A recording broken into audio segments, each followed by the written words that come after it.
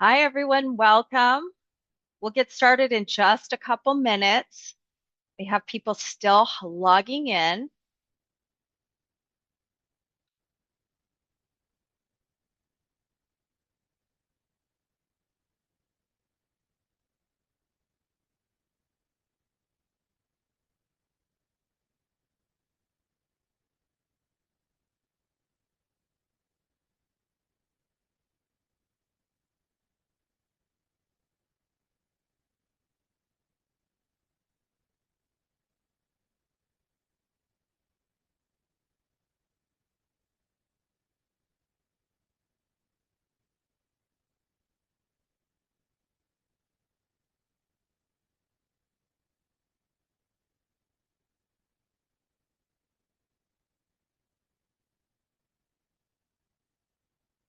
All right, we have about 20 more people hopping in.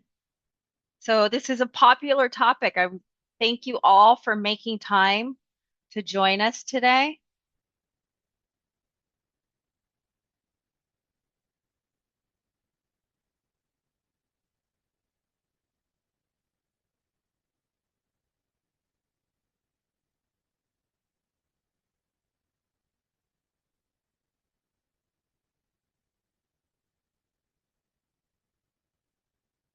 Okay, we've hit 100 folks coming in.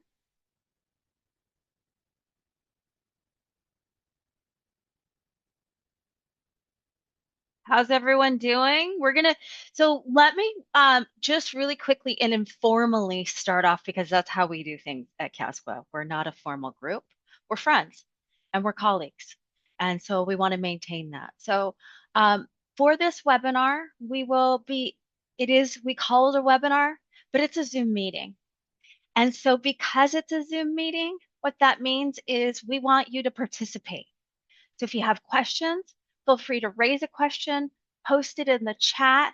Even coming off of mute is all fair game because this webinar is intended for you.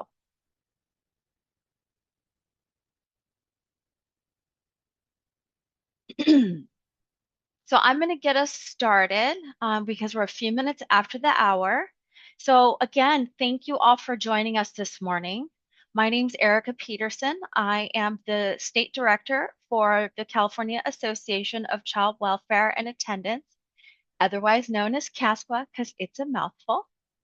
And thank you for joining our webinar this morning about understanding AB 1230. If you're not familiar with CASCWA, I want to take just a minute to tell you about us.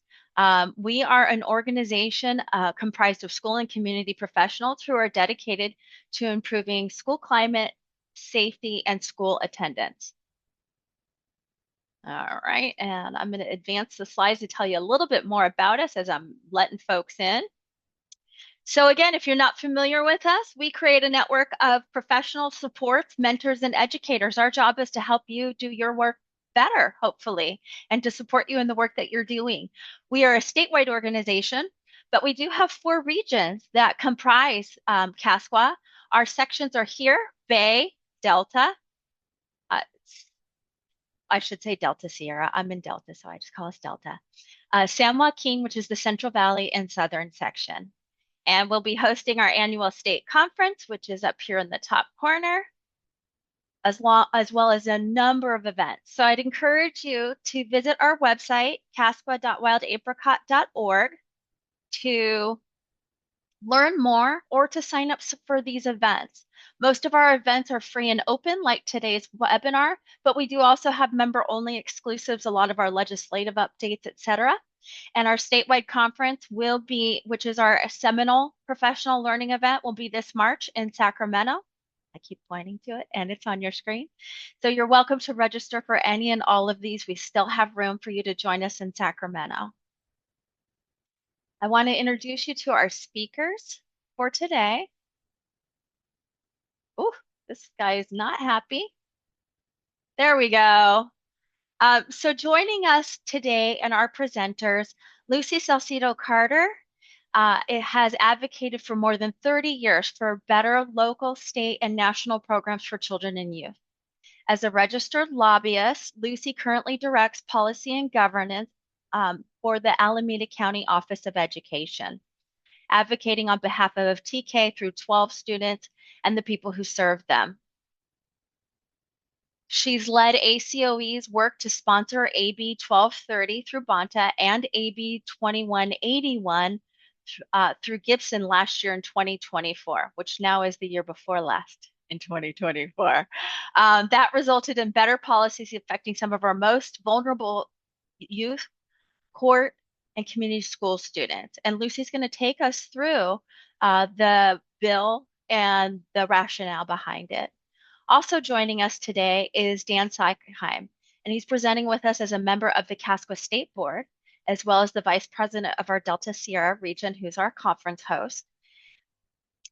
And many of you probably know him through his work through the California Department of Education State Level Program Lead for Educational Option Schools and programs including community day schools, continuation education, county community schools, plus behavioral and attendance supports and interventions.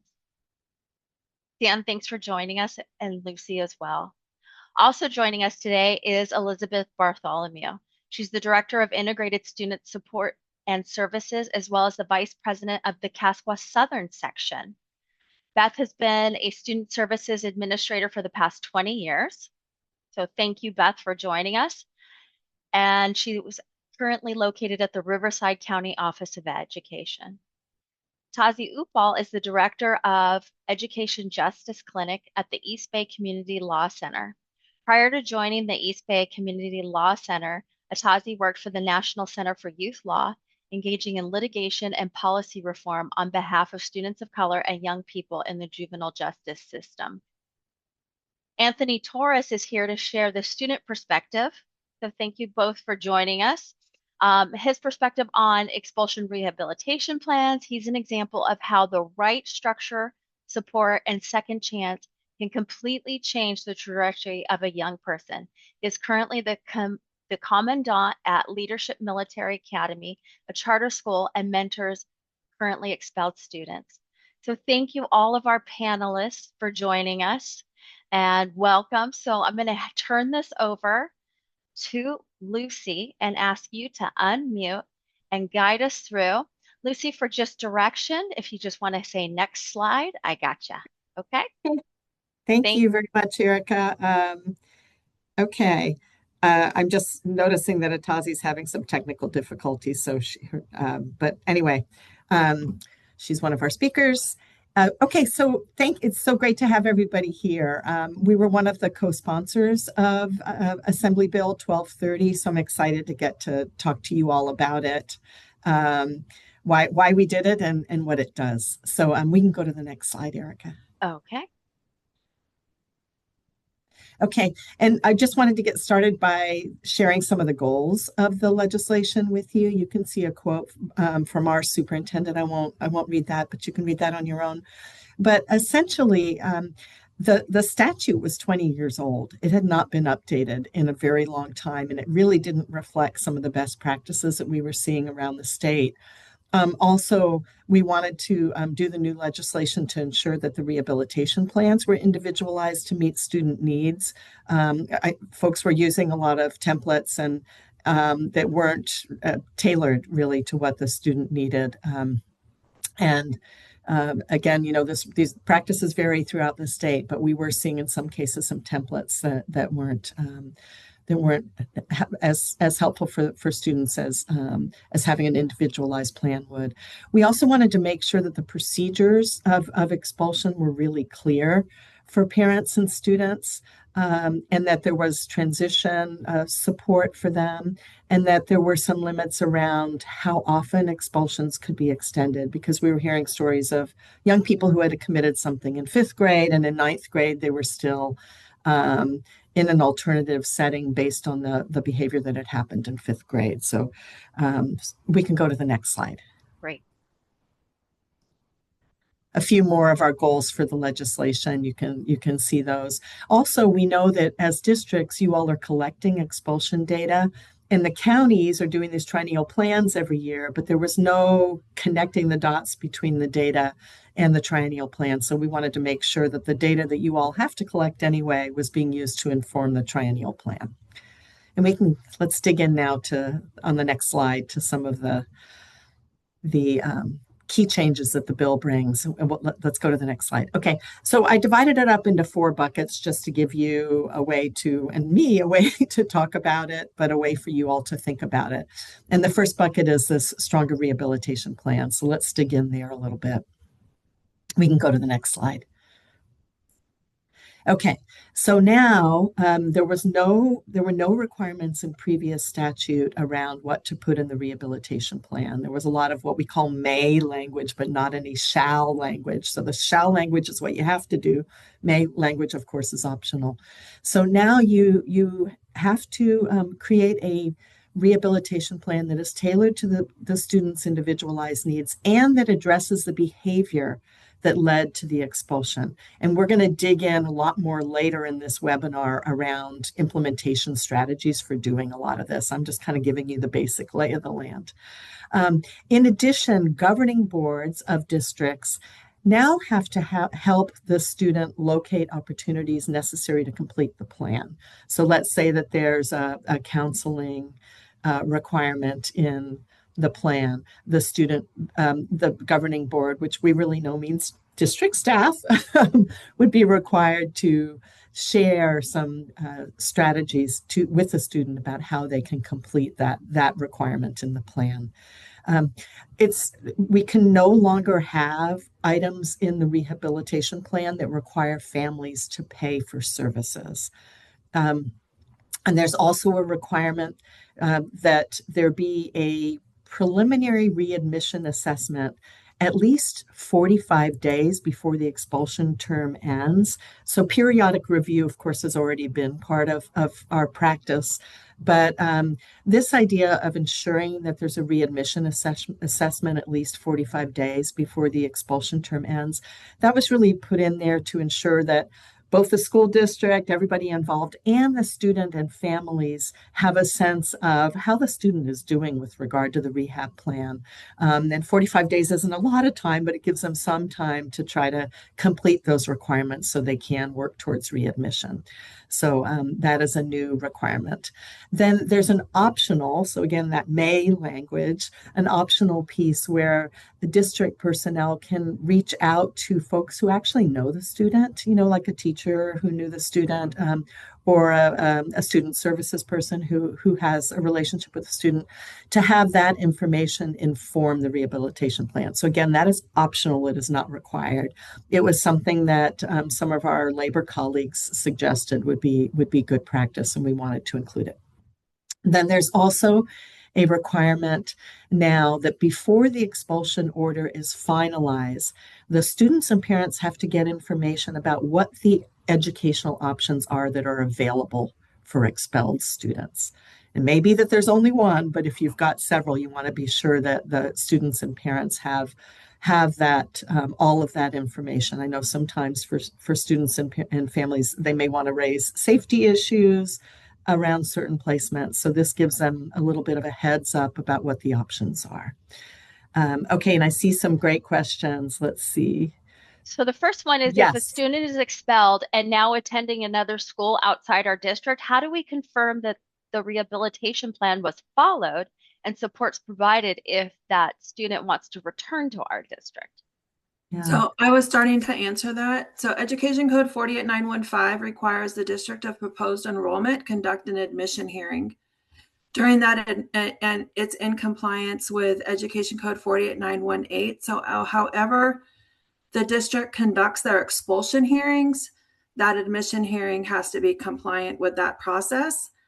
And so it's at that time that the district can request evidence to determine that the conditions of the rehabilitation plan has been met in order to make a recommendation to the board to determine. So the admission hearing, the purpose is to determine if the student presents a continuing danger, and should the expulsion be carried forward in the new district, or is the student ready to be readmitted? And so that's the purpose of that admission hearing. And so the district can request evidence at that time to submit to the board. Anything you'd add to that? Oh, go ahead, Dan. If I can just add to Elizabeth, that's a question I receive a lot. And the new district does have the right because it's now their student. And so they're not bound by the action and views of the board of the previous district, where if they're accepting the student, then it's their student and they can make that decision. And there's often very surprised to find they are empowered to not maintain that student on an expulsion or to change the plan because it matches how they can better support the student. Great. We have another question. So is the preliminary assessment something that is done with the student and parent, or is something done internally and then shared out? Beth, do you want to take that? I know you've brought this up, and yeah. Yeah. So best practice is that the preliminary assessment be conducted with the student and parent, because you're trying to determine where if any barriers are still in place for the student meeting the conditions of rehabilitation. And if so, what can the district do to support the student in meeting those conditions so that the student will meet all of the requirements for readmission at the time the actual readmission hearing is held. And so it's best to do it with student and parent. Although the law is silent on how that meeting needs to happen. And so our districts are doing them over the phone, home visits, in person, Zoom, because many of our districts already met this recent round, even though it wasn't required, started following the 45-day rule. So we've heard from our districts how they've been doing it. And so there's a variety of ways to do it. And I just want to say that doing it that way, sorry, Dan, doing it that way where you're actually meeting with the student and family is really consistent with the intent of the law.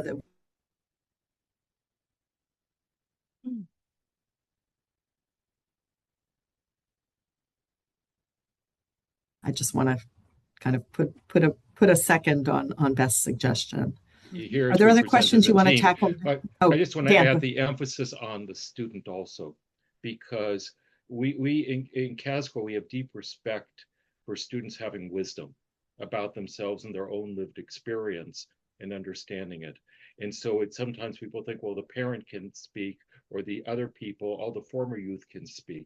But it's really important to, if you want to support a student to success, it's respectful and brings you great information to be including listening to the student and asking their view in all of these proceedings. You're much more likely, and that sets a tone for moving forward after the expulsion. We've respected you at this point. You can expect to be respected later on.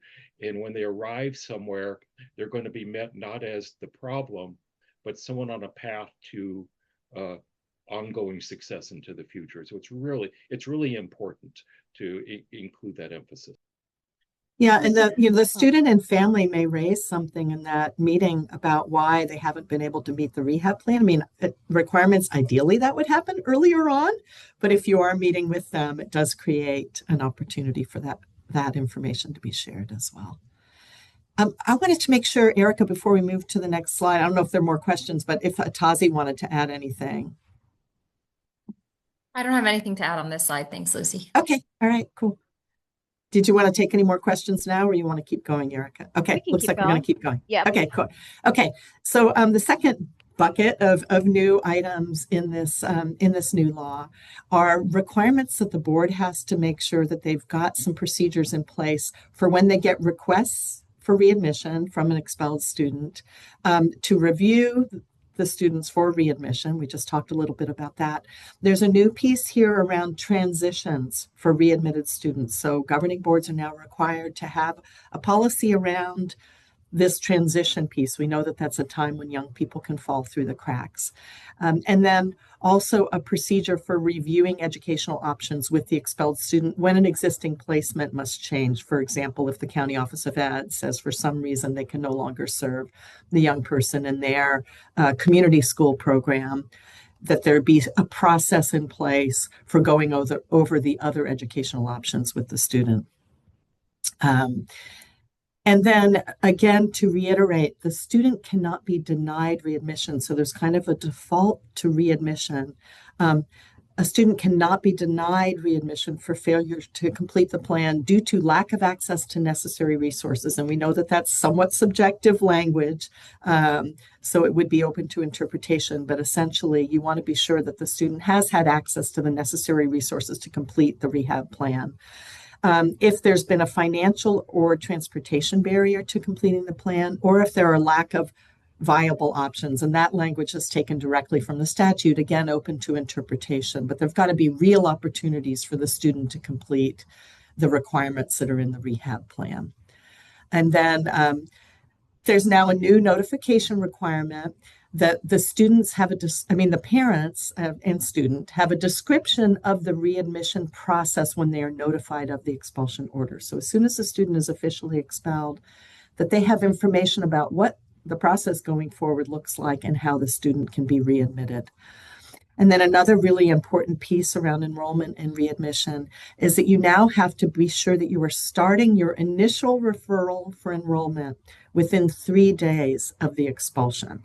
So you've got to get that enrollment ball rolling with the student. I mean, ideally even sooner if you can, but we wanted to make sure that there was a deadline in the statute that ensures that that student is not out of school for any extended period of time. So I'm going to see if Atasi, if you wanted to jump in here, or if we have any questions that relate to this particular piece.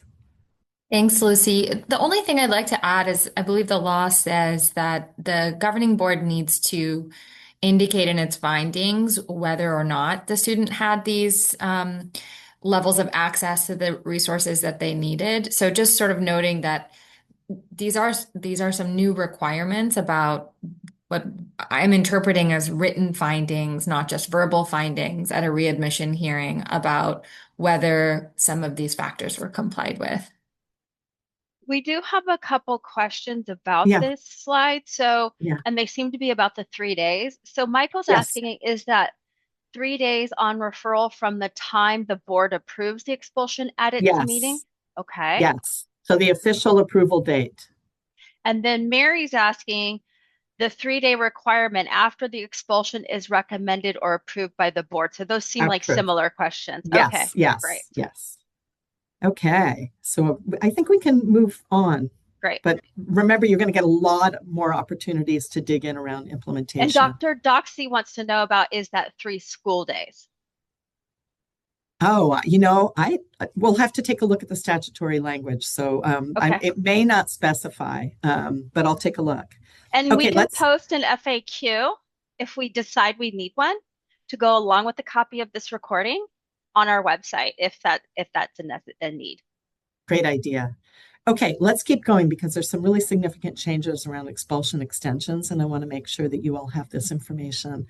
So at the end of the review process, the board has to readmit the student unless they have not substantially completed the rehab plan, despite having the resources and opportunities to do so.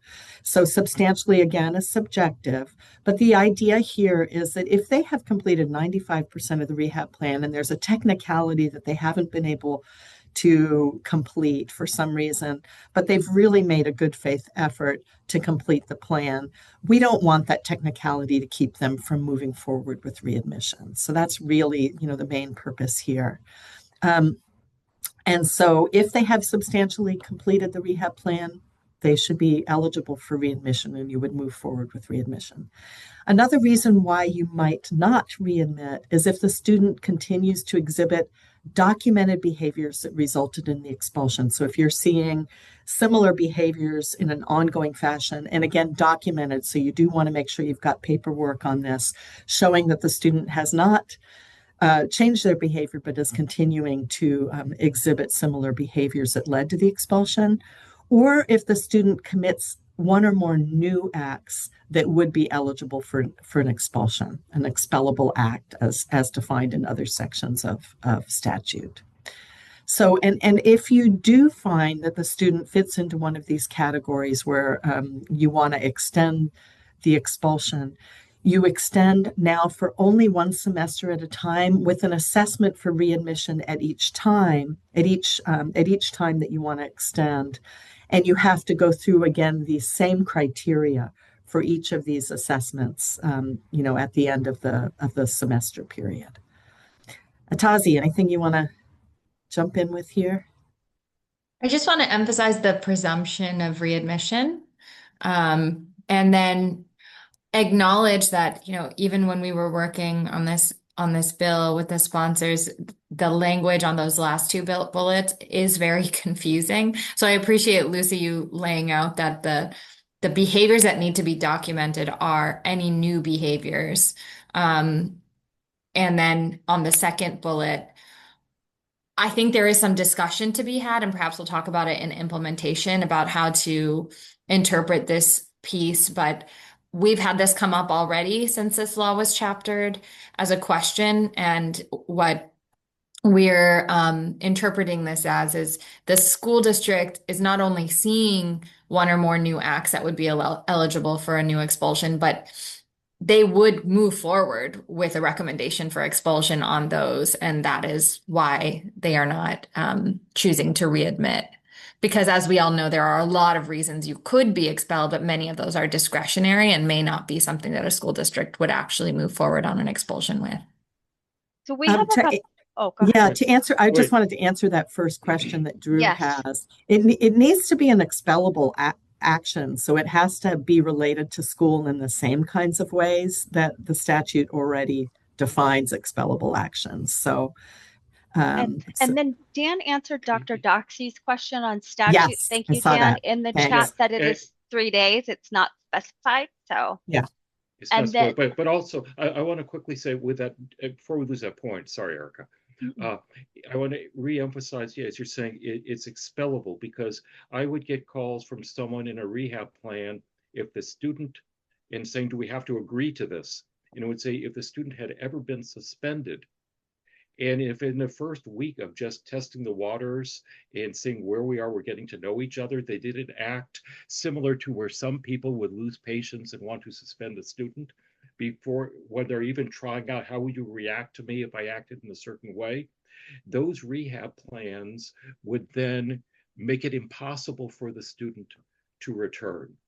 And there was an intentionality which led to this law that, so they made very clear the standard isn't they did something where someone had the power to suspend the student and they failed rehabilitation. It's a much higher standard. And I think that's, and I'll be talking later about what the law used to say, which isn't as precise, but that was one of the issues, we really want to make clear of why this was important legislation. Thank you. So I'm going to be a little bit of our timekeeper bug and say a couple things. So first of all, there's a question from Jennifer. Are there sample templates and forms for this process with this updated legal language that we can get or receive? At the CASCWA State Conference, CASCWA currently has a task force that Beth is heading up for us. And so we will have packets and information and accompaniment for this by March for our CASCWA State Conference. So yes to that. And then Michael has a question. What is the initial term of expulsion under the new law? The new law does not define the term of expulsion. It doesn't change that section of the code. Great. Okay, let's keep going here. I know that, and we'll be digging in more around implementation. So this part is less relevant for district folks, but I did want to include it because there are a few new data points that districts will be expected to collect, and in district processes with their county offices of ed around the triennial plan, there will be some new additions that will be required for the triennial plan. And I know Dan will also emphasize this, but I just want to say also These new pieces for the triennial plan will not kick in until the next round, formally will not kick in until the next round that triennial plans are due. You can, of course, update your triennial plan working with your county office of ed if you want to, but 2027, I believe, is the official required date for the new triennial plan. So we're now, the new law now requires that there be a list of existing educational options for expelled students, that gaps in services be identified and strategies to fill them be included in the plan, multiple programs and services be listed, that there be an inclusion for steps that districts and COEs can take to support that transition period. So that's really a new piece, that transition period, to ensure that the young person doesn't get lost, fall through the cracks, et cetera. So that you now have to include that in the plan, and outline a timely readmission process. That should be included in the plan. And then also there's a requirement that the data that you all are collecting, I mentioned this before, be reflected in the new triennial plan. So only a couple of little data changes for you all to keep in mind. The new law clarifies what disposition data actually means. So it should include the successful completion of the rehab plan by students and successful readmission. We want you to be tallying that, those data points. And then the only new data point, we did not want to give you a lot of new data collection responsibilities, is just to include an average annual length of expulsion, including any extensions to that expulsion, as a way to track how long young people are being expelled for one particular expellable act. So anything directly related to this? Question was, when should LEA start, or districts start collecting this data? They should already be collecting data. It's already been mandated by law. So the collection of the data is not new. The only thing, so I would say the law is effective January 1 of this year. So I would say if you haven't been collecting those disposition data points, to start doing that. And then also you should be able, with your existing data, to estimate average annual length of expulsions by the end of the year. Okay, Atasi, anything you wanted to add? Anything? Okay, she's shaking her head. All right, thank you. So moving on, I've got you on roles of district CEOs and governing boards. Yes, and this is just really quickly, let's go to the next slide, just to clarify again that actually in the statutory language, a lot of the changes fall officially to the governing board. So this is a list. I've already gone through these elements. I'm not going to go through them again, but I just wanted to kind of divide it up this way so you can see it this way. And let's go to the next slide.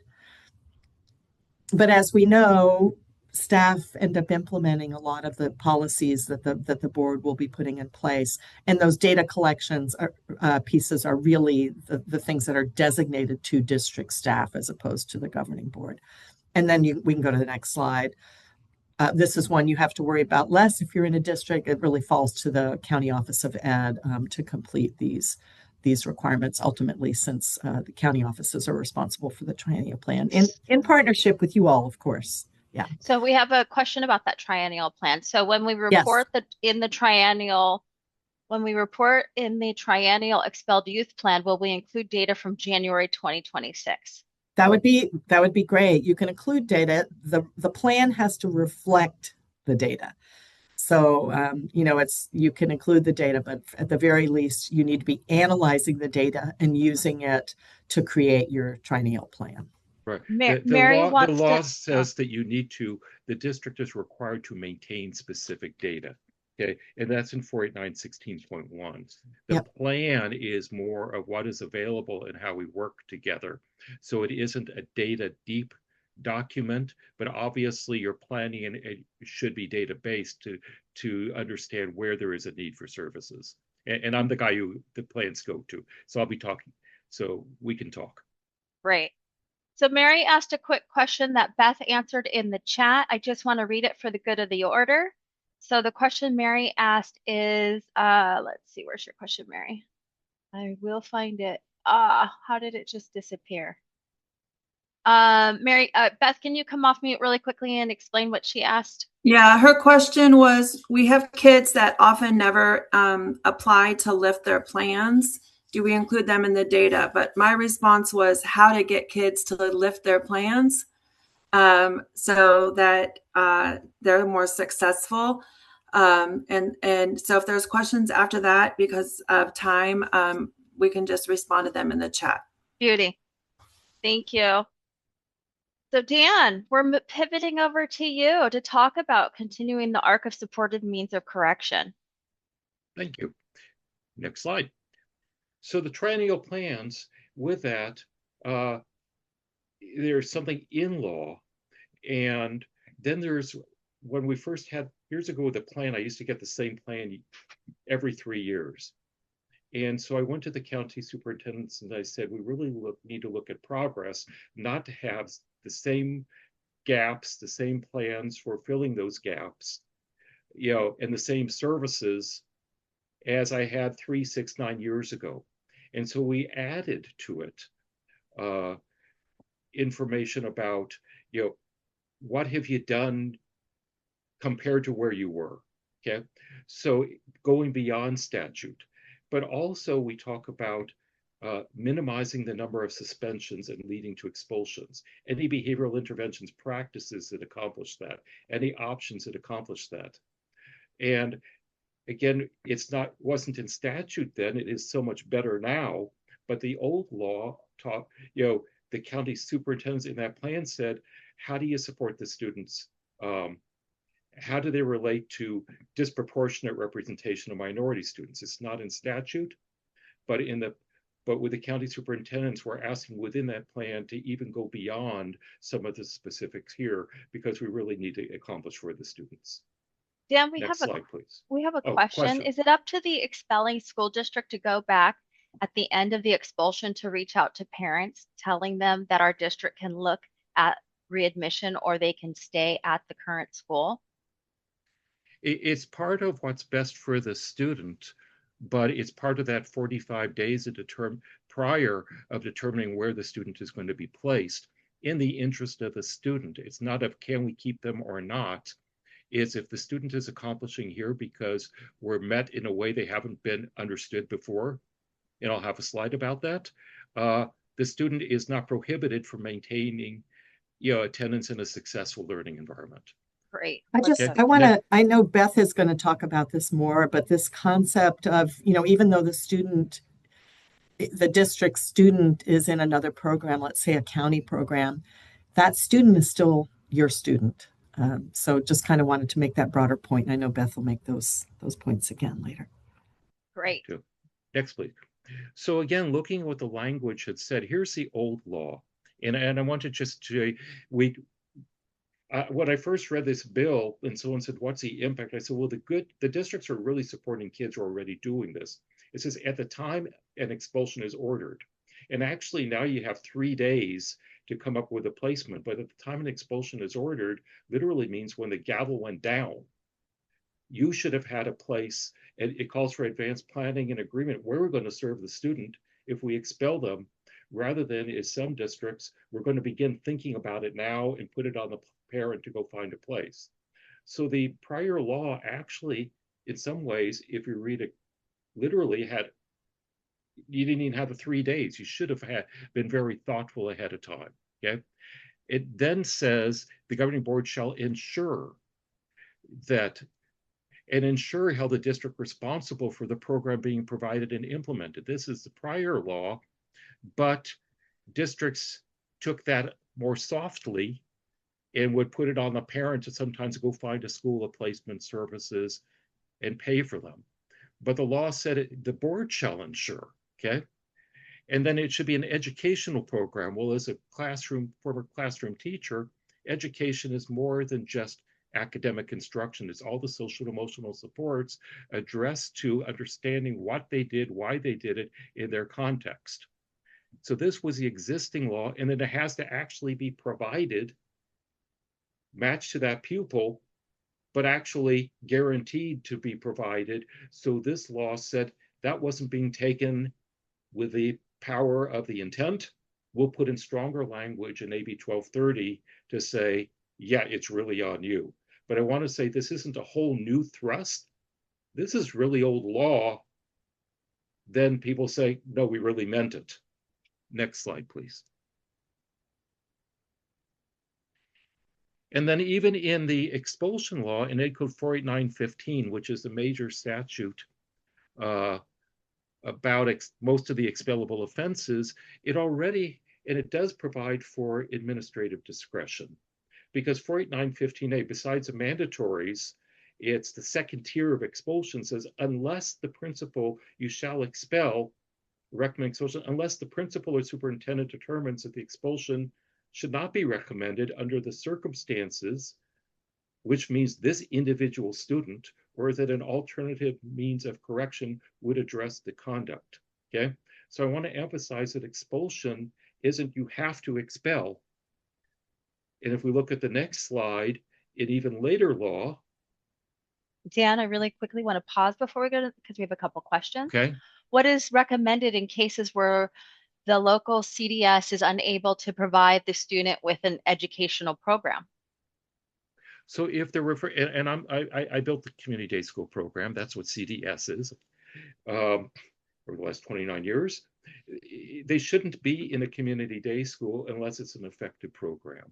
Okay, and under Ed Code 48915.2, the alternatives are for the top tier expulsions and A's. If you are expelled, it would be the county court or community school or the district community day school. But that's why work with me to have the community day school and the model community day schools to give an example of how to be able to support students more effectively. Okay, but if it isn't effective, they may need to go to the county, another district, or we think deep in the community day school to better match the students. Code, find me offline. More specifically, code allows the district to enter into an MOU with a neighboring county that does offer a county community day school. Because this came up on our last session. There are many small counties that don't. And so if there are no other options, but also some charter schools, depending on their charter parameters, will allow students that are expelled. But as Dan said, you can also reach out to Dan. Right, and in neighboring districts, a lot of times we have districts acting in consortium with each. One will have for kids with special ed needs or older or younger students, because in the small rural areas, you can serve each other's students more effectively because there's so few of them. Other question. We have one more question, and then Don's got his hand raised. Katie asked, a non-classroom based charter school would not be able to place a student in a new school/program. Is this the school district of residency's responsibility? It's a school district's responsibility to ensure that an educational program is being provided to the student. Okay, so if someone else isn't going to serve them, it doesn't, or they leave, it can fall back to you unless they're being expelled out of that successful placement. Then you have additional responsibilities because now you have a new expelling district on top of an expelling district. Great. Don is our CASCWA state president. Don, do you have a question or a comment on this? Comment about our neighboring LEAs and the ability to service students that I think Dan and Beth kind of talked about. And that was really reinforced when we had the pandemic, because we had LEAs that could not handle the amount of students that, for example, that were referred to their independent or virtual programs. So just wanted to piggyback on that, as you're absolutely right. That is another alternative for students. And then going back to those expellable offenses, which we know the predominant amount of those students are referred to County Office of Education. So thank you. And I'll point out, Don also speaks with the wisdom of a school board member and a lot of other things, as well as a county person. I also want to point out that you cannot legally put a student into independent study. Independent study is always voluntary. And then sometimes if it is a good way, then community day schools don't do independent study. So we have to find who matches a student. Okay? Right. So we have about 30 minutes left. Yep. So I'm moving us on. Yeah, and I put my email into the text. Thank you. Okay, so again, when you're getting to suspension law, Ed Code 48900 goes on and on and on with different reasons to suspend a student and then gets to, but we'd rather not. And I put in the title supporting this whole student. When I started teaching back in the late 70s, wow, we learned to teach the class. And we advanced in words to talk about teaching the whole child. But the whole child is still generic. I've never met a generic person, neither of any of you. So what we talk about now, I do in my model schools, is this whole child. And the law, AB 1230, goes much more to recognize the importance of meeting this whole child within their lived experience, their strengths, which is what we have to work with, their challenges and their needs. Okay. And the law in the arc of legal development said in Ed Code 48900, after all the A, B, C, D, E, when you get to V, for all the reasons to suspend, then it says for a pupil subject to discipline, the superintendent or school district or principal is encouraged to provide alternatives to suspension or expulsion. And then using a research-based framework and strategies that improve behavioral or academic outcomes and are age appropriate and designed to address and correct the pupils, this pupil's specific behavior, addressing it, but also understanding that what you're seeing expressed in a problematic way may represent valid goals, values, strengths, challenges, and pain, but we haven't taught them how to present to that in a non-problematic way. And I'll be presenting a workshop on that at the CASCWA conference. Great. Okay. And then if you get into 48900W, it talks about the term we who speak education all the time talk about multi-tiered systems of support, which is from preventive through it's at a needs some deeper attention to the OMI level, and trauma-informed practice and restorative justice in social emotional learning and school-wide positive behavioral interventions and supports, and critical social and emotional skills so they can handle challenging situations. All of this is in there. And again, it refers to both a Ed Code 48900.5 is a deep, long, extensive list of all sorts of ways of other means of correction to collaborate with a student and work with them in case you need a starting point for your thinking. Look in Ed Code 48900.5. So at the end of a suspend, we get to, it's not the best practice. It really isn't, and expulsion isn't either to supporting kids. Next, please. I want to raise another alternative before we get the educational options, is that in lieu of suspending, if it's not a mandatory expulsion, school attendance review boards by name people think it's just attendance. It isn't. It says attendance problems or school behavior problems. Behavior is co-equal in statute, just not in the name. You can take a student for behavior, even with perfect attendance, you get a panel of diverse experts to bring their points of view to understand the student in this situation. It isn't prosecuting. It isn't with a punitive view. It's a how do you work from every way we can bring forward to understand the student. So it's a different path to working with a student successfully. Next, please. And then if you do Ed Code 48917, once there's an order to expel, whether immediately when the gavel goes down, sometimes because it's the best idea if it's a mandatory expulsion, but we don't think it's best to keep them in expulsion, or any time when they've made progress, you can evaluate, not just 45 days before the end of expulsion. You think the student can then come off expulsion and go on probation and be supported. Anytime, the board can vote to suspend enforcement of the expulsion order and then put them in an appropriate placement. If they violate the terms of their probation, you don't have to go through the expulsion period again. It can go back in place, but they're not trapped there. I've had superintendents say, I wish I'd known. I would have moved them out of there sooner because they'd earned it working with great educators. Next slide. Yes. Such educational placements as community day schools, see me. Continuation ed, I lead those. County community schools, work with them. Opportunity education, or also, as Beth said, there are some specialized charter schools which in their chartering, they're really focused on these highly at-risk tier 2, 3 populations. So these provide more flexibility. None of these work with students in lockstep. Everyone has to do the same schedule at the same time. You can continue thinking. We can more comprehensively match a student than a traditional school can in who they are as an individual than the traditional school framework. And I think my next is to turn it over to Beth and Atasi to go into these specific strategies. Contact me later for me, personally. Thank you, Dan. And Beth and Atazi, before you get started, I just want to let everyone know. So we have about 25 minutes in the scheduled time.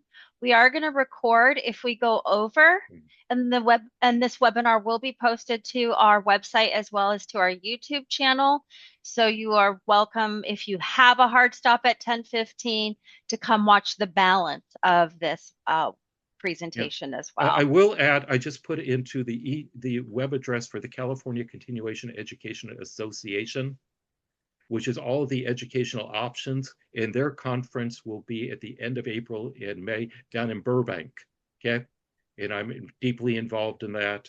So you can look at that website to learn more about these options. Thank you. Take it away, Beth and Atasi. So I think Atasi's slides are first, Erica. Okay, great. Thank you. So although we're going to focus on these 5 premises.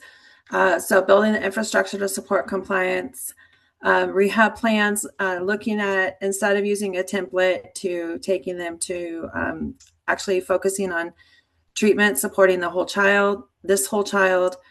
Re-enrollment is not it's a process, not an event. So we're not looking at it one time at the end of the expulsion.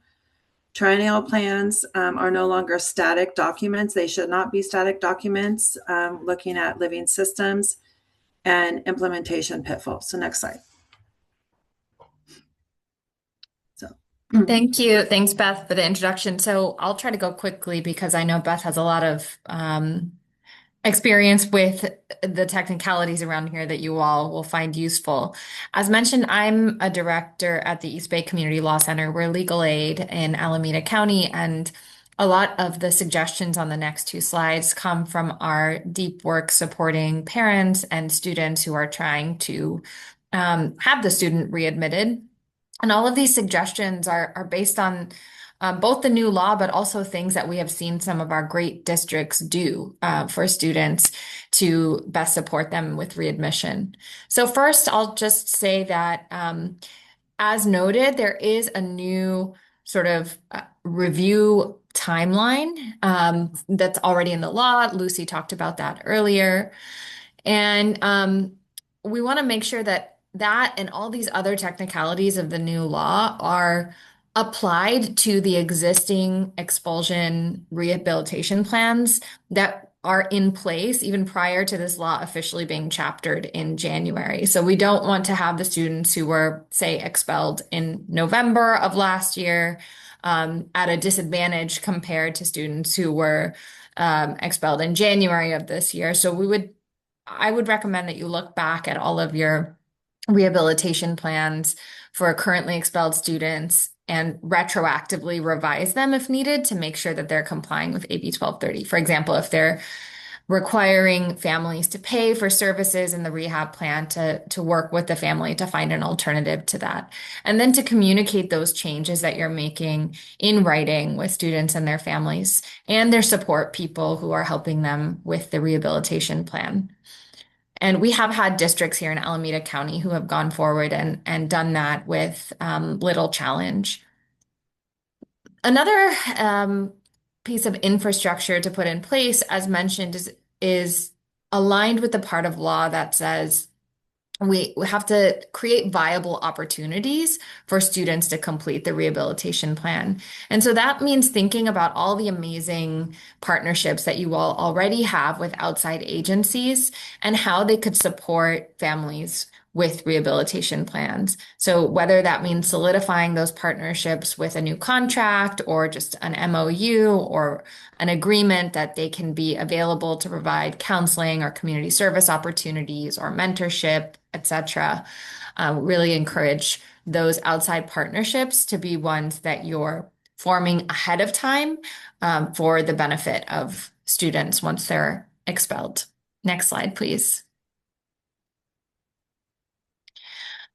Um, you all probably have the same experience as us that often students who are facing expulsion are impacted by other systems. For example, the juvenile court. And you probably know that they have lots of conditions that they have to comply with, for example, when they're on probation or if they are going through some sort of intensive healthcare plan based on a disability. So we would really encourage you to align your rehabilitation plan requirements with those types of requirements to streamline the number of appointments, the obligations that a student and parent have. And often I think the visions of those different plans, a care plan, probation, rehabilitation through expulsion, are really the same in supporting a student in the individualized way they need. So hopefully it's us it's something that's easy to operationalize and that you have to ask the family to share that information with you, but then you can work together to make sure that it's working in lockstep. And then finally, I think again, there's a timeline requirement on checking in on progress on the rehabilitation plan. For those particularly long expulsions, for example, under 48915C, I would recommend even earlier check-ins, much greater than 45 days before the end. And really the theme here that I think all of us are trying to push is communication is the most important part of helping a student overcome any barriers. If we aren't checking in with families, we can't know the sort of immediate barriers that have come up for them.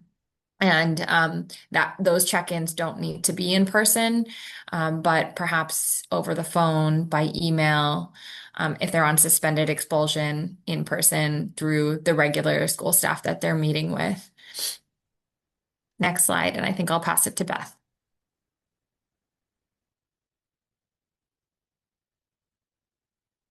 I was just answering a question in the chat. So Angela says that she's not seen issues addressed by legislation. So the length of time of students out of school from suspension to expulsion.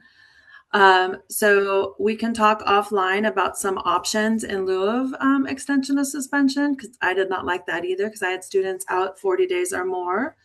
And students who are expelled mid-semester are not providing partial credits from expelling school, creating a credit deficient situation. So county community schools can provide partial credit. So I'm not sure what that question is, if you maybe could clarify that a little bit more.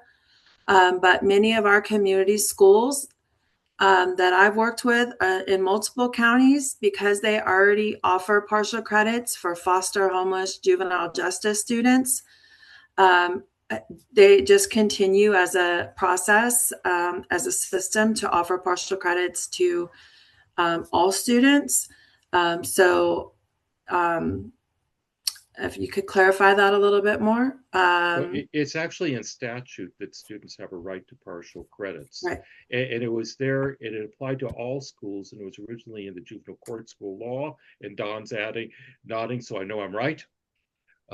So they have a right. It isn't a choice whether to do it. It's a student right. And also, I would just want to point out that while they're pending expulsion, there are different ways to get into an educational option school. Like community day school, there's other district referral processes. So it's a horrible thing to have a kid have no educational opportunity for an extended period of time. We need to be able to work with them, provide support, and all of these programs have ways besides expulsion. So find a way to hunker down with a student, figure out who they are while you're figuring out the bureaucracy, and work and support the student. Thank you. That's something we fought for, and I will quickly chime in very quickly. Ed Code 51225.2 requires school districts, charters, and county office of ed to issue and accept partial credits for high school students who transfer. So that is the code, 51225.2. But her Can I issue, jump in? Can I jump in here? Angela, I hear what you're saying, and we have been hearing from our court and community school staff that even though it is legally required, there's no deadline around when those partial credits get issued. And so when we're trying to develop our credit recovery plan, we are bumping up against this fact that we're not getting the partial credit assessments from the district. So I really appreciate you raising that. We're actually working on a bill this year that might include something around this. So stay tuned. okay. The president of CASCWA believes in this. So Nubia says, as a receiving school at a COE, we have issued partial credits for any students that are passing courses. Should the sending district be responsible for this?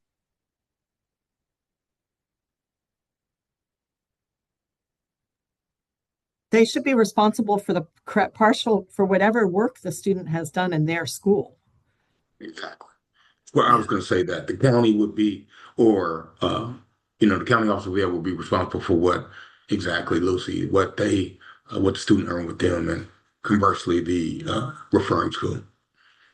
And then Catherine's following up to what Dan said earlier about independent study must be voluntary. While a student waits after a suspension until expulsion decision, a student cannot be put on independent study unless it's voluntary, ? And another educational option has been offered if the parent declines it. So if you're going to offer independent study, you have to be prepared to offer an in-class option. Yeah, it's always independent study law, not suspension or expulsion law, and either side, you can only maintain independent study if it's successful, and either side can say, we're done with this. This school is not required to provide independent study, and the parent and student can opt out, not being told you have to wait to a semester. And there always has to be some type of seat time option. We have to find it, as you mentioned, in small rural areas, but you have to find it because the law supports the student's right to learning opportunity. Right. Okay? And if independent study doesn't provide that, it doesn't match them, then independent study law says you don't do it. So this next question came up. It comes up frequently. So how would we follow this process for 8th grade student that transitions to 9th grade at the end of their expulsion term? Would we work with conjunction or collaboration with the receiving high school? So it's the district of residence that's responsible for readmission.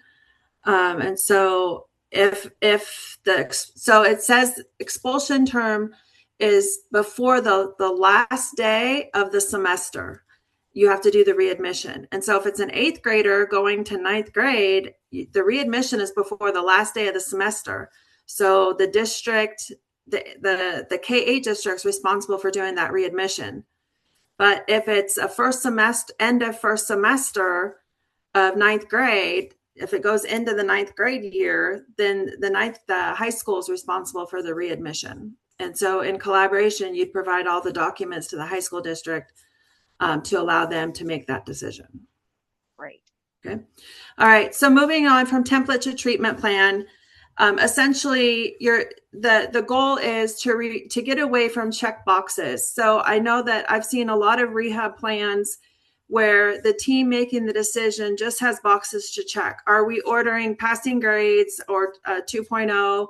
Are we ordering 20 hours or 40 hours of community service? And are we ordering anger management, drug counseling?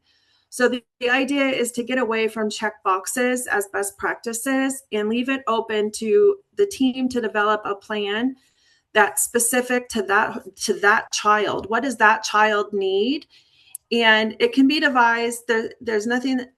It can be developed by the hearing panel, or it can be developed after the hearing panel by a team that knows the student. You can bring in specialists, your behavior specialists, your psychologists, So it's dependent on what your board policy, what your board creates as policy, as far as what that's going to look like and who does it. So I know that when I led a team, when I chaired panels, I let my team deliberate, and then I came in and asked those questions. And I had a template that I followed and said, okay, so what do we think about academics? And I know that if a student was failing all classes, we weren't going to say passing all classes and C's are better in all classes. We had to customize. And did the student need tutoring? Did they need some additional academic support? So you really have to look at how are we going to support this whole child? Okay, so that's the idea, that we're switching from making it really individualized, and best practice also, like who's going to manage this case, who's going to be checking in, so the family knows ahead of time, at the time that the rehab plan is assigned, who's going to be providing that case management support. Whatever you're assigning as conditions of rehabilitation needs to explicitly address the behavior. So if the student was in a fight, what was the root cause of that aggression? Was it there's a root cause of anger? So was it grief? Was it lack of social skills? What was the root cause to specifically address that behavior? And how are we supporting this particular student? Okay. Next question. There should be a link. It says, could you share the questions you used for the team discussion? So yes, I can. I'll send Erica the template that I used, or I'll send Erica the template to put along with this. And then no longer does one size fit all. So when you're thinking about adding community service, attending board, city council meetings, what goal are you getting out of having a student attend a board meeting or city council meeting? How does that relate to an expulsion for a drug offense, selling drugs? How does that relate to an offense for assault or causing serious injury? So writing a report might, if it's done restoratively, where the student's going to investigate the consequences of continued vaping on lungs or something, and then they're going to sit with somebody and discuss their learning. You make it very restorative, but unless that's the plan, just checking a box to write a report no longer meets the intent and spirit of the law. Okay, next slide. And so we've had a lot of questions about community service and how it aligns. So 48916, I think point 1, states what the typical items that you can put in a rehab plan, and community service is one of them. But when you're thinking about adding community service, we're shifting the thought to service learning, because service learning integrates reflection and analysis to connect the hands-on experience with specific goals and deeper learning. So if you're assigning community service, what are we hoping the student's going to learn from it? So if the student maybe committed a vandalism act greater than a couple $1,000, that was usually if I would go forward for expulsion if it was $5,000 or more, or $2,000 or more. We had a limit. Each district was a little different that I worked in. And so we'd assign some community service, but they had to then sit down with somebody, myself, my director in one district, myself as director, risk management. They'd sit down with somebody and really digest what they learned from that experience. One district shared that they sit down with the coordinator before they even branch out to decide what kind of community service are they going to do? What are the goals of that service learning project? And then they do a reflective journal after each session. So you're going to be very intentional, and it has to align to the behavior. And you have to identify the outcomes of that project, of those service learning hours, in order to ensure that it aligns with AB 1230 before it's assigned. Okay. Next slide. All right. Before we move on, any questions on those two slides? I know I'm going pretty fast, but I want to honor your time. Okay, so as we're moving from treatment plan to template to treatment plan, prior to AB 1230, like I said, it was a checkbox. So I tried to come up with some questions that your team, whether it's your hearing panel team or you put a team together, what types of things they might ask. So before we would check a box, passing grades, but now, like, is a student on track? What interventions were previously used? And so on. So that's what we're looking at for academics. Next slide. When we talk about attendance, we would check a box, 95% attendance, 90% attendance. But I know that the majority of the kids that I met with across the 3,000 expulsions that I've processed in my career, most of them had attendance issues. So we need to look at, does a student have a history? Are they excused, unexcused, or mixed? Are they period absences? Did it decline before the behavior? So those are the types of things we're looking at, so we can really customize the goals to this student. We're no longer making generic goals. They're individualized per each student. So has anyone come up with a process and rehab plan templates that we can review? Those will be made available as part of the expulsion templates that we're putting together for CASCWA. That will be available during the state conference in March and on the website after that. Next slide. So for counseling, we used to check a box, anger management, diversion. These all came out of the prior to AB 1230. These were all actual rehab plans that I pulled from districts in my county, Riverside County. But after, we need to look at, have they previously received counseling? If so, what area? Is there a diagnosis? Have they experienced trauma or loss that caused the behavior? Because again, we're looking at root cause. And if we're going to prescribe counseling, it's free. It can be, I know our community schools do an amazing job. We have care spaces, free clinical counselors providing counseling, and they can address the root cause. So we just need to tell them, ask them, provide specific parameters for the counseling that we're looking for. I know in a district, I even used to let them go to the pastor at their church to discuss specific goals at sometimes, depending on the families that I was working with. Because again, it's about removing barriers. Where can they walk if it was a walking community? Where can they take the bus to? It's looking at services available to them to remove barriers. Next slide. So re-enrollment is a process, not an event.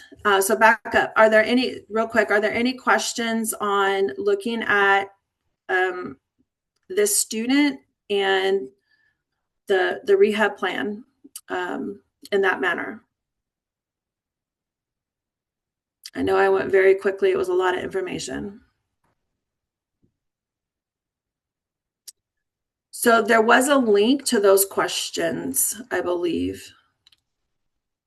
Well, and again, we'll make everything available after the webinar.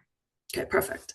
Okay, so I always have looked at re-enrollment as a process and not a singular event. So I would go to our community schools and check in with our students or the principal, walk around, talk to the kids individually.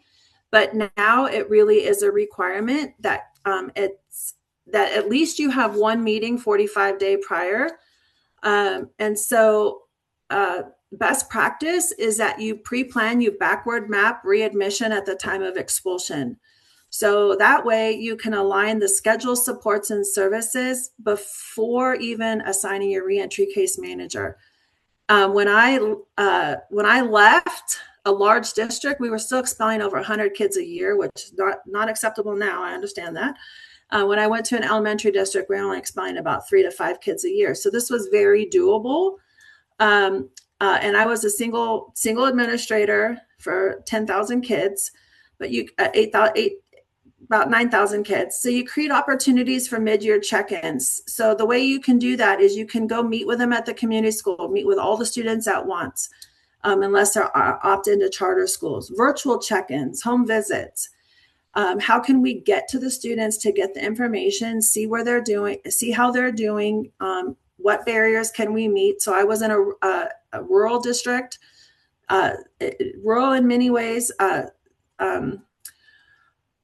a suburban in others, but then I was in another district that was a very large urban district. And so the barriers are different depending on, depending on where you're working and how can we help students. And that's why we need to build those relationships that Atasi was talking about and have that as a list available to our families.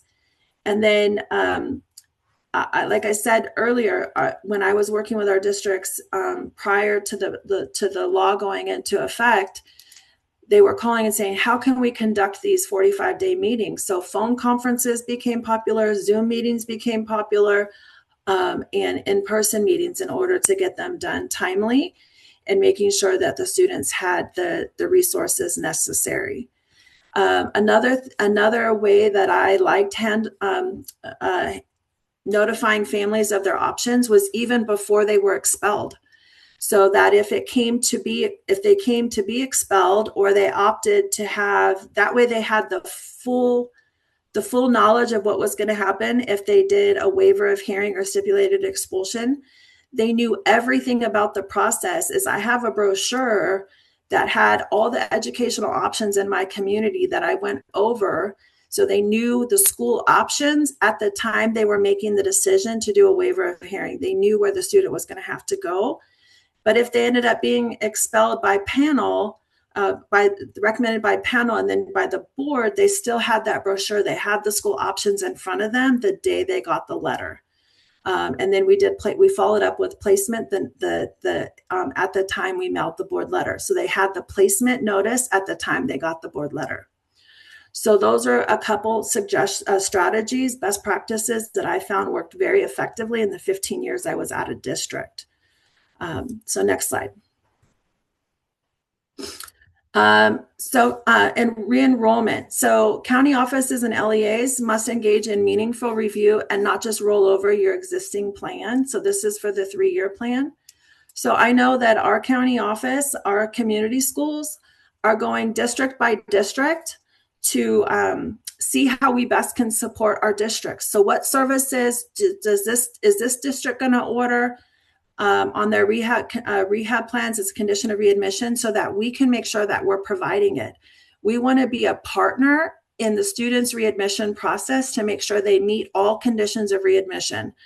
And if we know ahead of time and we don't have that service, we can add that service before the end of the term for that student to make sure that all of our students in all of our districts that come to our 10 plus community schools meet their conditions. And so our team is going district by district in order to support our students. Okay. Also, even though the plan is a triennial plan, we do annual needs assessments from our districts to see how we best can support them. So not a requirement, just what our county community schools have decided to do to best meet the needs of our districts. Next slide. And we'll hard stop at 11:30. We have about 15 minutes left. For those of you who can, I absolutely encourage you to stay on so that you can hear from Anthony talking about his experience that Beth is sharing the process on the back end. So this is my last slide. And if you thirst for more and more, I put the CASCWA and the Educational Options Conferences, the links and the dates in the chat. We'll be presenting at both of those conferences, and we're available. So you get all the more information you want. So last slide, implementation pitfalls, treating rehab plans as forms, not addressing the needs of this whole child and only looking at the specific offense, viewing the student as someone else's problem, because as it's been said in the chat and as I had in another slide, this is still your student. Waiting until the expulsion ends to plan re-entry. So we're constantly looking at our students. Inconsistent documentation across sites, and then lack of staff training. So we make sure our principals, our assistant principals know the process so they don't misspeak and misrepresent the process to our districts, to our students and parents. And so making sure that anybody involved in the process knows the process. So any questions? I know I went quickly, a lot of information. All right, Anthony is amazing. I'm so proud of the what he's been able to accomplish, and that now he's giving back. So I worked with Anthony a couple times in my my former district. So love Anthony. So I'm turning it over to Anthony. Thank you so much, Beth. Good morning, ladies and gentlemen. My name is Anthony Torres. I'm currently the Commandant here at Leadership Military Academy. And just to give a little bit of background information, if you want, Erica, we can go to the next slide. Great. As Beth was saying, part of her 3,000 plus expulsions, 2 of those, unfortunately, were mine. So I was expelled twice, and I went to Vista Heights Middle School and then Palm Springs Middle School. So 6th grade, I got expelled. 8th grade, I got expelled for a second time, both times in which, at the time, Miss Bartholomew, for me, was the one who was in charge of handling my expulsion case. So a little bit more background information on me is I was raised by a single mother. And I think it's important that as we are talking about students' needs, all of that stuff, it's to me, what it really boils down to sometimes is the environment. So for me, my need to venture out and explore at a regular comprehensive site, I was looking for that male role model, and I was looking for it in the wrong areas. So that ended up leading me to get expelled, and I got myself into a bit of trouble. So for me, regular high school, well, I didn't even make it to a regular high school, like comprehensive site. So for middle school, the public setting just really wasn't working for me. I had too much access to things that were going to get me in trouble, if I could just be very blunt about that. Once my expulsion process did start, though,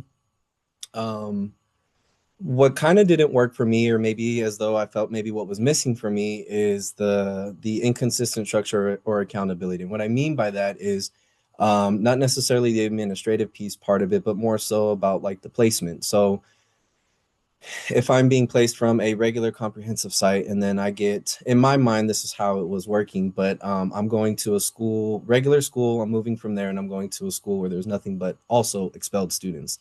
And, you know, you do your time there for a certain amount of time, and then eventually we revisit the plan. And then hopefully with all, you know, not trying to go back to, I know it's more than checking boxes, but with all the lists of things that had to get done for me to go back to regular school, we would revisit those. But so my point that I'm trying to get at, though, is it was rough for me to focus in that it was a smaller environment, yes, but it was filled with a lot of students that were going through similar circumstances as I. So when I went there, I was thinking that it was, I thought I was bad until I went and surrounded myself around a lot other students that were doing things. And back then it was checking boxes. But so for me, it was coincidentally right across the street from where I work now. At the time, it was Bayside. And, you know, Bayside had its high school, and then there was the charter school in the back part of it where we were just kind of sectioned off. And kind of being in the back there with just that group, and we were very isolated back there. And it was kind of like, yeah, that group back there, that's for the bad kids. And it kind of came with a label, whether we wanted it to be or not. And so I quickly realized, I was like, I don't think this is not the place for me. But so it was kind of hard to kind of look at, you know, how do I bounce back from this when I'm surrounded by a lot of other students that are kind of doing negative things. You know, it was hard for me to kind of look past all that and say, okay, like I really need to focus on me here and separate that. But I think, again, goes back to the environment, that maybe being placed in a better, more structured environment could have, I mean, granted, I was able to turn it around, but I don't think that could be the case for everyone. So limited connection to identity and belonging.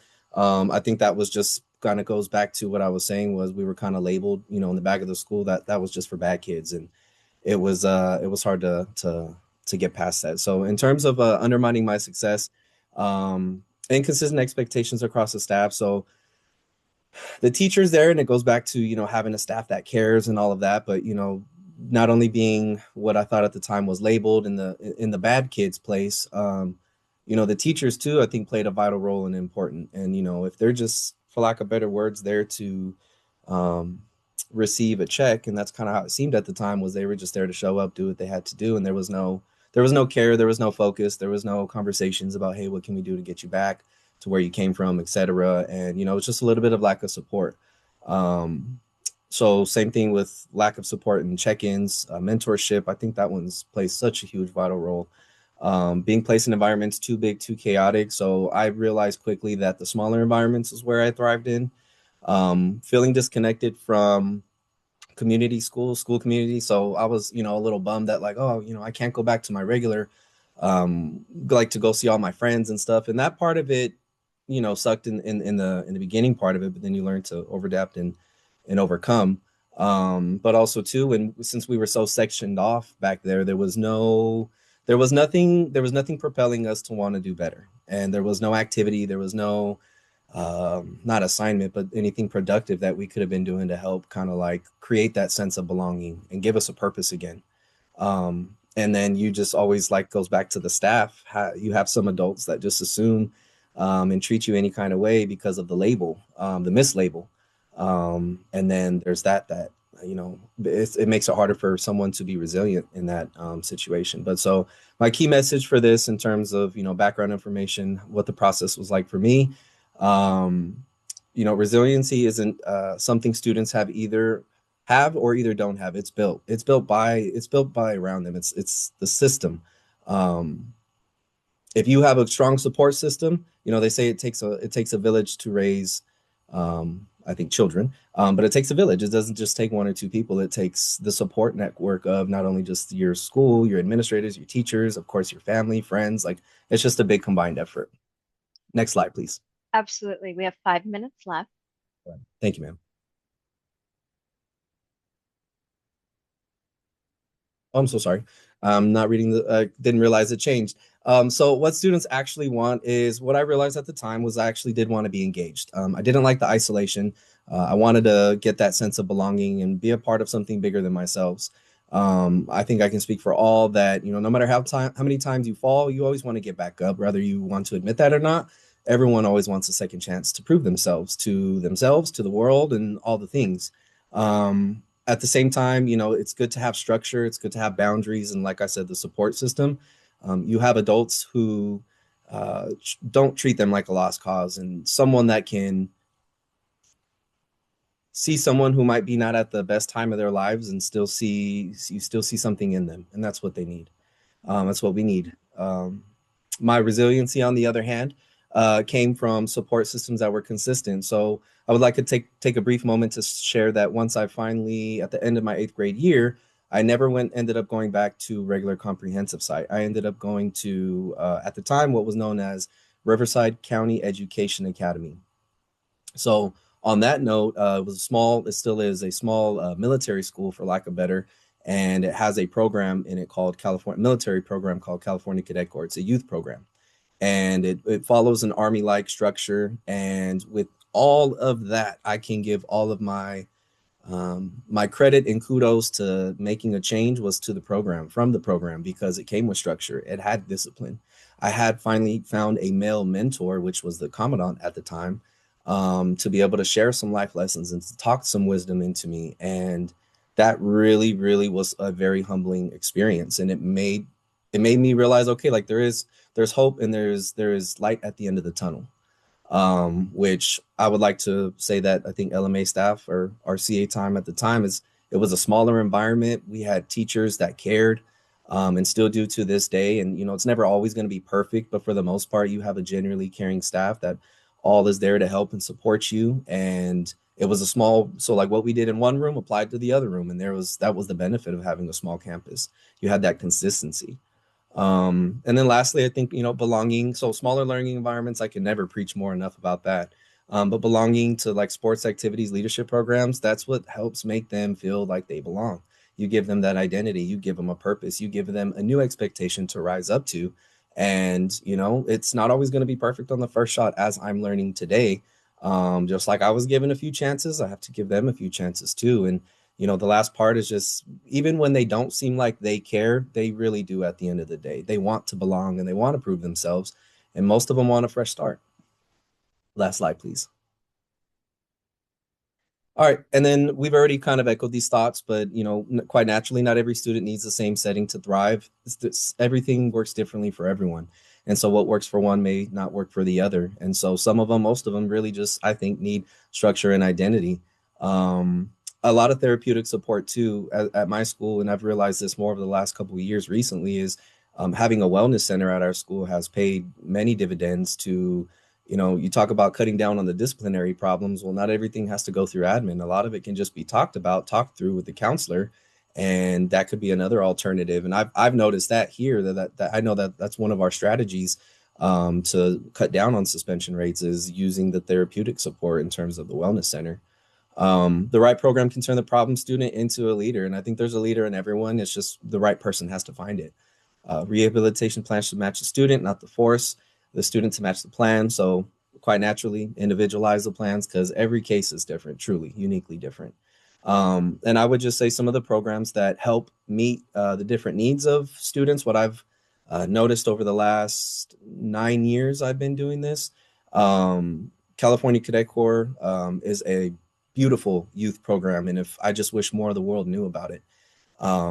And it's my goal to kind of get that out there because that was my changing factor. And I see every single day and every year how many students come through this program, and many like it and the change and everything that it has to offer. So that structure, discipline, leadership, some people just need that. You kind of have some more challenging academies like Sunburst and Grizzly Youth Academy. And, those are meant for, the more intensive structures, the ones that kind of need more of that tough love and that life direction. And then lastly, sometimes, military structure really isn't for everyone. So any kind of alternative program that would offer some kind of smaller classes, I think would genuinely do it. Because for me, if I didn't have those, changing my environment was what helped me succeed.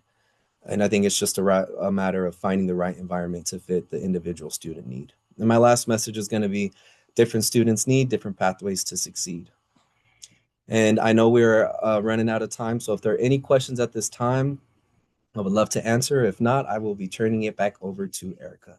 Thank you, Anthony. And it is powerful. So thank you to Anthony, Atasi, Lucy, Beth, Dan, and all of you who hung in there till the end.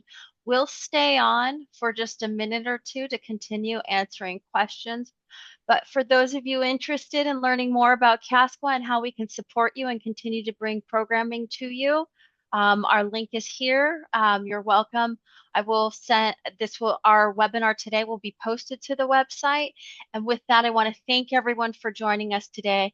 Again, we'll go ahead and hang on for a few more minutes to take questions for anybody who's able to stay on. Thank you. In addition to the state conference, please join us in Sacramento. There are 4 sections the state is divided into for CASCWA that also have regional events. So become a member. We have lots of information. Come to the CASCWA conference and meet us in person. We put our individual emails in the chat for you. Also, the Continuation Community Day School Conference, the plus means I merged in all my programs into Continuation Ed as I kept gaining more responsibilities. Again, from the school side of how to work with the kids, that conference is magnificent. And there's a month and a half, so you could easily fit in going to both. So, we have one in Northern California, one in Southern. Meet with us personally.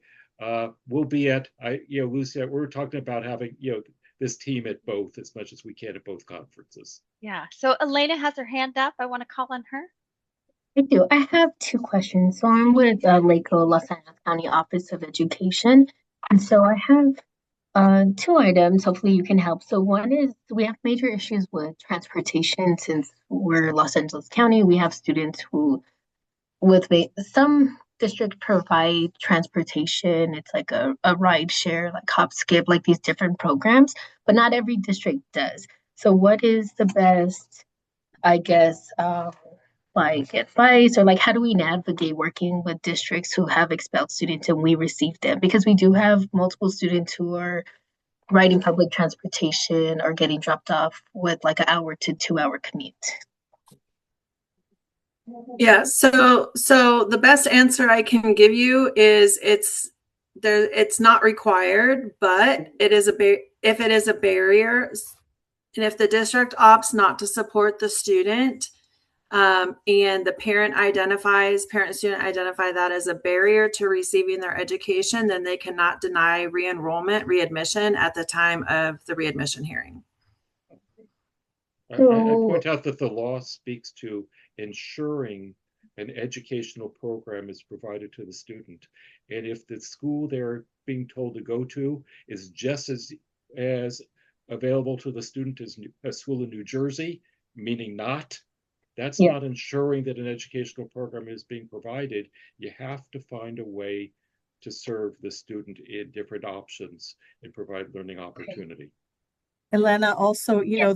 the new law doesn't make any specific requirements around what kinds of community service or programs the districts put in the rehab plan. Mm-hmm. So, given that they cannot create transportation barriers now, I mean, if they to readmission, you know, you may want to work with those districts, to think about their rehab plans a little bit differently. Okay, perfect. And then the second one, you guys kind of touched on it, but I'm not sure if it's completely applicable.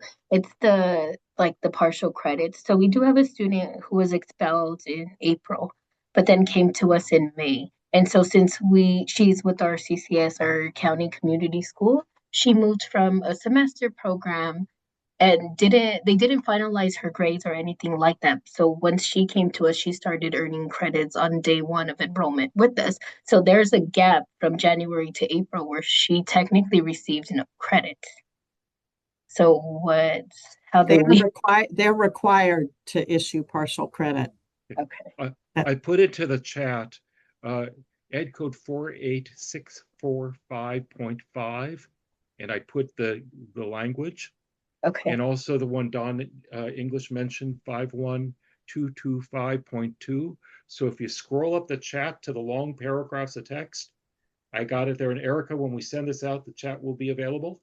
I don't quite know. We'll figure it out. But my email is available in the chat. Contact me. Okay, perfect. I wanted to make sure those were still applicable. I wasn't sure if that was just while they were with us returning. But okay, thank you so much. That's helpful. I did These copy are that. rights. These are rights that go to the student. Okay, these are the student's rights. Thank you to our presenters. For Thank those of you. us who can stay on, we will. But thank you, Lucy. Thank you, Atasi. Thank you, Anthony. Really appreciate it. As Any I other say, questions? Anthony really demonstrates the necessity of respecting, listening to, and following the wisdom of our young people. So that's why in CASCWA, so much we believe at these conferences, we talk about youth, but we need to have the youth there too, right? Yeah. So Anthony, I love that we closed with Anthony. And having expectations for point. students is what I really appreciated about Anthony, is that students want to rise up to the challenge.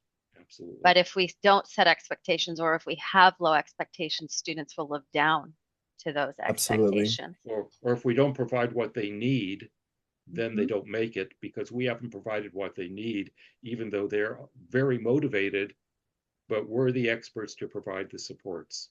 We need to get together to support them. Yeah, we have a new motto at our COE: nothing for students without students. So everything we do is with student voice now. That's great. Yeah. And we'll have student voice at our CASCWA State Conference. Thank you, Dan, for bringing some students into our conference. So again, we encourage you to attend. Do we have any other questions before we sign off today? I see Allison was asking how they'll be shared and they'll be posted to the website. But any other questions? Good morning, Erica. Good morning, Peterson. Sharma. I apologize for chiming in late, but this is much needed in the webinars. I want to thank you, Erica, for organizing, and Dan and Elizabeth and Anthony. Such a great presentation. I didn't get to see all of it, but I mean, hear all of it, but this is much needed. I think we ought to do more. We're actually right now planning another webinar for next month in similar topic that we do need to share more and have more conversations and communication with each other. So I appreciate it. Thank you so much. And Sharma leads the San Joaquin section, one of the 4 sections at CASCWA. So when I talked about the wonderful conference, workshops beside the state conference, that's where they are. And they'll be hosting the 26, 27 state conference in Fresno. So yes, we're already planning. Yes. Yeah. I also want to point out at the CASCWA conference, not only do we have presenting, but we have a youth who is a school board member. So youth where the power of youth voice, California Association of Youth Courts, where you can intervene with the youth panel before adjudication. I lead their youth advisory board, and I have 4 of the youth or school board members. So youth can be even brought in at that role. Okay, and in community-based organizations, I have my members who are leaders there. But I'm honored on one youth board to have 4 youth high school students who are school board members, and we'll have one presenting at the CASCWA conference. Great. Thank you all for joining us today. We really appreciate it. I know this topic was of interest because we had 80 plus people still on after 11:30, and still have almost 50 still on. So thank you so much for joining us today. We hopefully see all of you in Sacramento, where we'll have more of this content. And of course, reach out to us. We're available. My email's on our website. Everyone has put their contact information, and all of this will be posted tomorrow for everyone as far as resources. And the conference will have every angle you can think of to think about this. It's not just AB 1230, but how do you engage students who are being disengaged, especially when it impacts their attendance behavior. So it's several days of wonderful, wonderful content, and then 600 people for you to network with. Yeah. Take care, everybody. Bye-bye.